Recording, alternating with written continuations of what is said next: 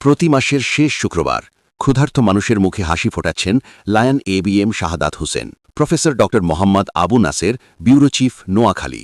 প্রতিবেদনে থাকছে বিস্তারিত।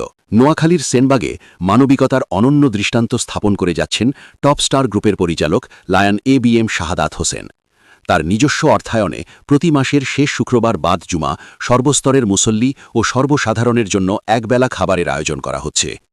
শুক্রবার ২৬ ডিসেম্বর নোয়াখালীর সেনবাগ উপজেলার বাতাকান্দি উত্তর পাড়ায় মাস্টার তোফাজ্জল হোসেন মজুমদার বাড়ি সংলগ্ন বাইতুল আমান জামে মসজিদে টপ স্টার গ্রুপের পরিচালক লায়ন ABM শাহাদাত হোসেনের উপস্থিতিতে এই মহতী কার্যক্রমের অংশ হিসেবে শত শত মানুষ একসঙ্গে খাবার গ্রহণ করেন। স্থানীয়দের মতে এটি শুধু একটি খাবার বিতরণ নয়, বরং মানবতা, ভ্রাতৃত্ব ও সামাজিক দায়বদ্ধতার এক উজ্জ্বল উদাহরণ। প্রতি মাসের শেষ শুক্রবার নিয়মিতভাবে এই কার্যক্রম পরিচালিত হওয়ায় এলাকায় ব্যাপক প্রশংসা ও ইতিবাচক সাড়া পড়েছে। মানব কল্যাণে এমন ধারাবাহিক উদ্যোগ সমাজের বিত্তবানদের জন্য অনুকরণীয় হয়ে উঠেছে বলে মনে করছেন সচেতন মহল।